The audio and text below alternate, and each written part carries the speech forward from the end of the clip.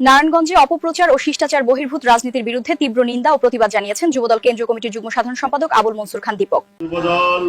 নারায়ণগঞ্জ জেলা কর্তৃক আয়োজিত আজকের এই অপপ্রচার ও শিষ্টাচার বহির্ভূত রাজনীতির বিরুদ্ধে মিছিল পূর্ববর্তী সমাবেশের সম্মানিত সভাপতি, উপস্থিত আজকের অনুষ্ঠানের প্রধান অতিথি, এক সময়ের তুখোর ছাত্রনেতা, জাতীয়তাবাদী যুবদল কেন্দ্রীয় নির্বাহী কমিটির বিপ্লবী সহসভাপতি, ঢাকা জেলা পরিষদের সম্মানিত প্রশাসক নন্দিত জননেতা ইয়াসিন ফেরদৌস মুরাদ, আমাদের মাঝ উপস্থিত জাতীয়তাবাদী যুবদল কেন্দ্রীয়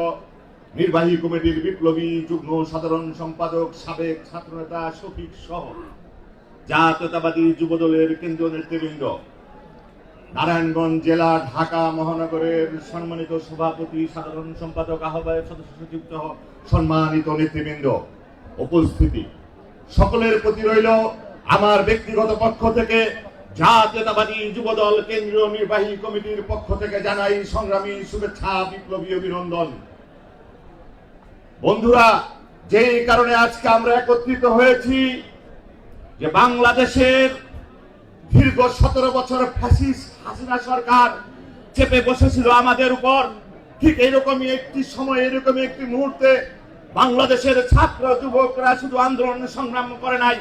দীর্ঘ 17টি বছর আমাদের নেতা, আমাদের প্রান্তীয় নেতা তারেক রহমানের নেতৃত্বে বাংলাদেশে যে ফ্যাসিবাদ বিরোধী, স্বৈরাচার বিরোধী আন্দোলন সংগ্রাম হয়েছে,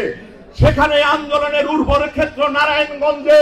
আমাদের শাওনের মতো ছেলেরা রাজপথে বুকের তাজা রক্ত